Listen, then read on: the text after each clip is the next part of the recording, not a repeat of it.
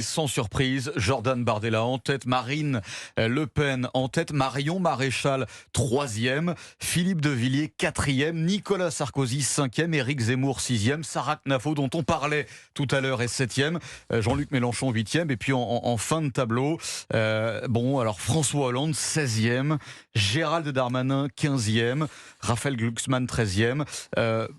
Ça ne m'étonne pas là encore et j'aimerais qu'on fasse une analogie parce que je vous ai pas entendu à ce sujet tout à l'heure sur notamment les ventes de livres qui sont mais éloquentes et qui finalement sont une belle analogie par rapport à ce classement. Anne Hidalgo, je vais pas avoir la vulgarité de rappeler les scores de vente de son dernier livre, c'est quelques centaines. Marine Tondelier, c'est pareil. Ségolène Royal, c'est pareil. Oui, pas dans le classement non plus. Ségolène Royal, je parcours le classement. Oui, elle n'y est pas. Et quand on compare ces ventes de livres là, de ces personnalités de gauche, par rapport à Philippe de Villiers, populicide, Nicolas Sarkozy, Jordan Bardella, on n'a qu'à regarder les chiffres. Olivier Vial et on a tout compris. Oui, parce qu'en fait, il y a deux choses qui se passent, c'est qu'effectivement, on a à la fois un clivage qui se fait et on a surtout des gens qui, à droite, ont réussi au fur et à mesure de se constituer des vraies communautés. On le voit d'ailleurs électoralement, y compris pour le Rassemblement national, qui a aujourd'hui l'électorat le plus solide. Donc il y a une vraie communauté qui se passe, ce qui est un peu moins le cas, notamment pour des personnalités comme Raphaël Glucksmann. C'est beaucoup plus volatile. C'est beaucoup plus volatile. Et donc la constitution de cette communauté, certains diraient de fan base, fait qu'effectivement ils vendent aussi beaucoup plus de livres et ils ont une capacité à entraîner derrière eux des communautés qui sont aussi, quand on a un sondage, un vrai socle pour garantir une popularité. Et ça, effectivement, on le retrouve.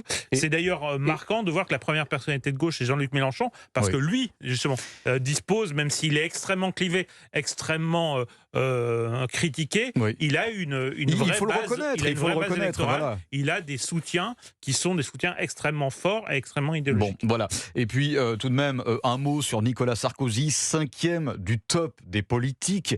Nicolas Sarkozy, qui pourtant a eu des heures difficile et là encore il résiste, il fait même mieux que résister et finalement ça va à rebours du Sarkozy bashing auquel on a assisté dans certains médias ces derniers mois. Elliot Maman, je ne sais pas si vous voulez réagir à ce sujet quand même, parce que ça vous étonne ça, Nicolas Sarkozy 5e ou pas? C'est vrai que non, mais c'est très intéressant et par ailleurs ça fait en effet écho à ce qu'on avait déjà pu dire, c'est que les déboires judiciaires qui ont été les siens de fait ont suscité une réaction sur sa cote de popularité. Exactement, et ça a suscité une réaction dans sa base parce qu'ils avaient l'impression qu'il pouvait y avoir une espèce d'orientation idéologique de la justice qui de fait se faisait à l'encontre de Nicolas Sarkozy et donc par extension lise ses éventuels soutiens à l'encontre d'une partie de la France et de ses opinions politiques. C'est la lecture qui en a été faite. Et on peut dire pareil, Éric Revel sur Marine Le Pen, deuxième personnalité dans le top 20 des politiques.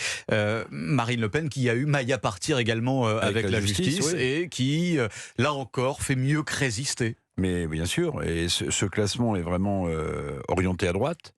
Moi, je suis intéressé aussi, j'analyse la position de Nicolas Sarkozy en 5e position. En fait, vous vous souvenez, à 2 reprises, une fois dans une interview en Belgique et une fois dans le Figaro, il a expliqué que le RN n'était plus un parti à mettre à l'écart. Donc en fait, il est maintenant dans ce train de la droite nationale qui est porté par ce sondage. Puis un mot quand même sur les centristes aussi, parce que c'est intéressant. Vous voyez que Édouard Philippe est en 14e position, alors que Gabriel Attal est en 9e position. Et donc le toboggan sondagier sur lequel glisse Édouard Philippe invariablement se réalise dans ce sondage.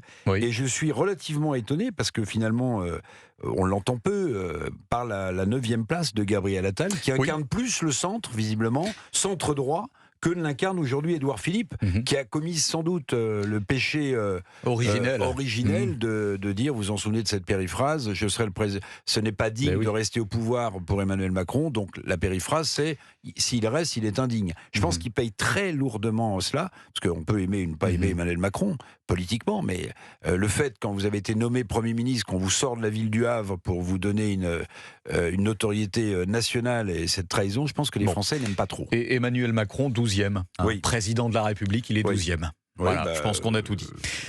Bon, j'aurais peut-être vu même pas dans les 20 premiers. Je suis d'ailleurs, bon, je vais vous paraître un peu vulgaire, mais je suis étonné de sa présence dans le top 20. Voilà, vu les sondages, effectivement.